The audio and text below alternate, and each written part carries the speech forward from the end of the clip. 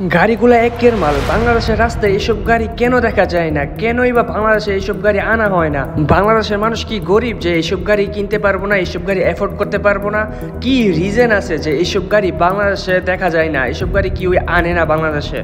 আজকে এই বিষয়গুলো আলোচনা করব এই ভিডিওতে। বাই দ্য ওয়ে, আমি গাড়ির ভিতরে একটু দেখাই দিই, কারণ সচরাচর বাংলাদেশের মানুষরা এইসব গাড়ি বাংলাদেশে দেখতে পাই না। কিভাবে দেখতে পাইবো? বাংলাদেশে তো এইসব গাড়ি কেউ আনেই না, কারণ আনতে গেলেই তো অনেক বড় ঝামেলা হয়ে যায়। আর কি ঝামেলা সেগুলো এই ভিডিওতেই বলবো। অনেকেই জানে না যে বাংলাদেশে গাড়ির সিসি লিমিট কত। বাইকের তো 375 সিসি লিমিট পর্যন্ত, বাট গাড়ির মধ্যে কত সিসি লিমিট? তো এই বিষয়গুলো আজকে আমরা এই ভিডিওতে আলোচনা করব। এই গাড়িটার নাম হচ্ছে করভেট। তো এই গাড়িটা যদি আপনি বাইরে কিনতে যান, তাহলে বাংলা টাকায় যদি আমি বলি, তাহলে 2 থেকে 3 কোটি টাকার মতো লাগবে। বাংলাদেশে 4 চাকা গাড়ির কোনো সিসি লিমিট দেওয়া হয়নি নির্দিষ্টভাবে যে এত সিসি আপনি আনতে পারবেন, বাট বাংলাদেশে যত হায়ার সিসি গাড়ি আনবেন তত হাই ট্যাক্স দিতে হবে আপনাকে। এক্সাম্পল হিসাবে এই গাড়িটা বাইরের দেশে 2 থেকে 3 কোটি টাকার মধ্যে আপনি পাওয়া যাবেন, বাট এই গাড়িটা যদি আপনি বাংলাদেশে ইম্পোর্ট করে আনেন, তাহলে ট্যাক্স সহ করে আপনার প্রাইস পড়ে যাবে 35 থেকে 40 কোটি টাকা।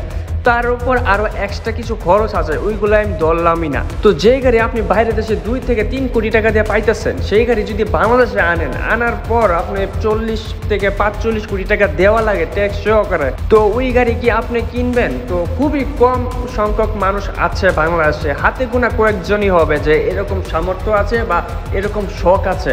সো মেন কথা হচ্ছে বাংলাদেশের ট্যাক্সের কারণেই এসব হাই ক্লাস গাড়িগুলো, লাক্সারিয়াস গাড়িগুলো আনতে পারে না।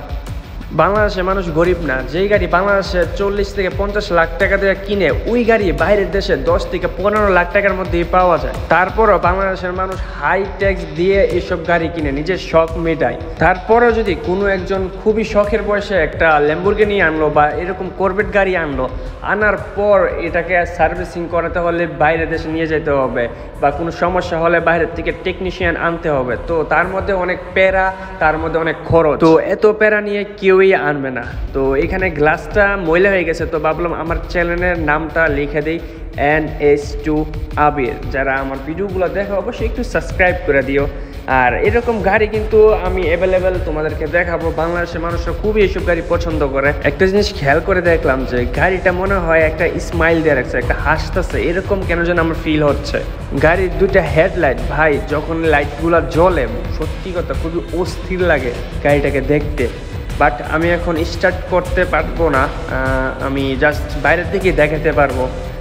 এত স্টার্ট করে বা চালানোর পারমিট নাই। আমি জাস্ট একটু ভিডিও করতে পারবো আর একটু বসে আপনাদেরকে দেখাতে পারবো ভিতরটা। যদি এই ভিডিওটার মধ্যে 10,000 ভিউ আসে, তাহলে আমি এরকম একটা গাড়ি নিয়ে আপনাদেরকে রাইড করে দেখাবো।